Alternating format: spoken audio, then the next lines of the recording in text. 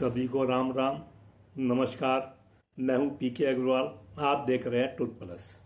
साथियों, आज का विषय है, क्या भारत में राजनीतिक पार्टी केवल एक बीजेपी है, बाकी एनजीओ है? इसके बारे में मैं कुछ चर्चा करूंगा, उस पर आप तय करना।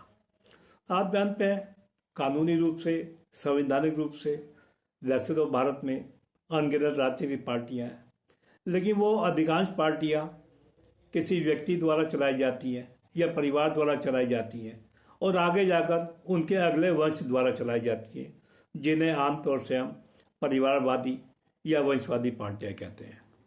शायद दो ही पार्टियां भारत में ऐसी हैं जो किसी परिवार द्वारा नहीं चलाई जाती, जैसे भारतीय जनता पार्टी और दूसरी कम्युनिस्ट पार्टी।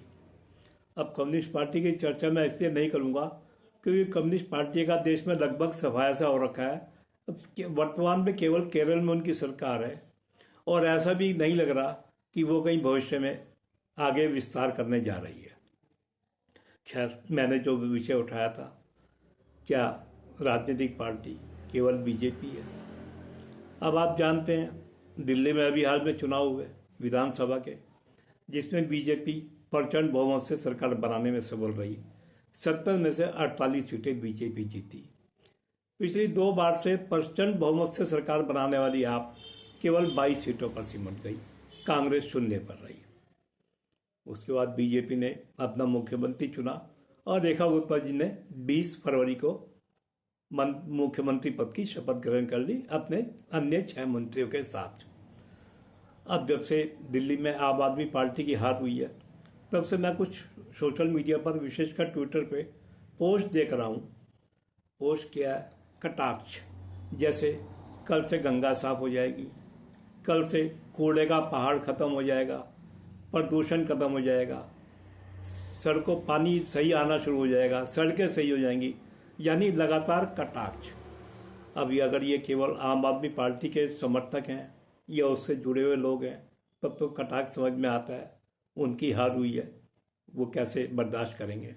लेकिन इसमें वो लोग भी हैं जो कट्टर रूप से बीजेपी के विरोधी हैं, मोदी के विरोधी हैं, आरएसएस के विरोधी हैं। वो लोग भी इसी तरह से कटाक्ष में लगे हुए हैं। अब मैं इसी कटाक्ष को, विरोधी के कटाक्ष को उदाहरण लेके कह रहा हूँ, क्या केवल बीजेपी ही राजनीतिक पार्टी है? मैं किसी का नाम तो नहीं बताऊंगा, लेकिन कुछ लोगों को मैंने चेक करने की कोशिश करी। मुझे कैसा कभी नहीं लगा उन्होंने किसी सेकुलर सरकार से या वंशवादी पार्टी वाली सरकार से कभी कोई सवाल पूछे हो, कभी उसके बारे में आशा प्रकट की हो। जैसे उदाहरण दिल्ली का ही ले लें। इन लोगों ने दिल्ली सरकार से, आम आदमी पार्टी सरकार से शायद ही कभी पूछा हो भाई गंगा कब साफ होगी या पहाड़ कूड़े का कब हटेगा, प्रदूषण कब हटेगा, शायद ही पूछा हो। गंगा को तो ये पूछ भी नहीं सकते थे क्योंकि अरविंद केजरीवाल का बयान वायरल हो गया था कि यमुना के साफ करने से वोट नहीं मिलते। वो तो ये पूछ भी नहीं सकते थे। तो अब आप खुद सोचें कि ये विरोधी, जो कट्टर विरोधी हैं बीजेपी के, ये उम्मीद किससे कर रहे हैं? बीजेपी से। ऐसे ही मैं एक उदाहरण दूंगा मीडिया का। मैं रेखा गुप्ता जी का कुछ इंटरव्यू देख रहा था, तो पत्रकार कह रहा था कि क्या गंगा यमुना 1 महीने में साफ हो जाएगी? यानी वो बीजेपी सरकार को समय देने को तैयार नहीं है, उसे 1 महीने परिणाम चाहिए। ये वही नेशनल मीडिया है जिस पर आरोप लगता था कि अरविंद केजरीवाल के युग में सरकार में इनका मुंह विज्ञापन की मार से बंद हो जाता था। आज ये 1 महीने में यमुना साफ करने की बात कर रहे हैं। मुझे नहीं पता, मैं दिल्ली के बारे में ज़्यादा नहीं जानता, मुझे नहीं पता यमुना में कितना सीवर जाता है, कितने नाले जाते हैं, लेकिन मीडिया को 1 महीने में जवाब चाहिए, उसी मीडिया को जिसकी जुबान से ली हुई थी। तो इन सब बातों को, जैसे मैंने आपको बताया, कुछ कट्टर मोदी विरोधी, कुछ आप समर्थक, कुछ मीडिया, इन सब की आशा का केंद्र बीजेपी ही क्यों होता है? हो सकता है इनका उद्देश्य बीजेपी की छवि खिलाना हो। वो राजनीतिक में उससे कोई आपत्ति नहीं करता।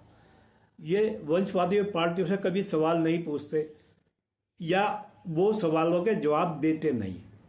इस आधार पर मैं कह रहा हूँ, क्या बीजेपी देश में एकमात्र राजनीतिक पार्टी केवल बीजेपी है?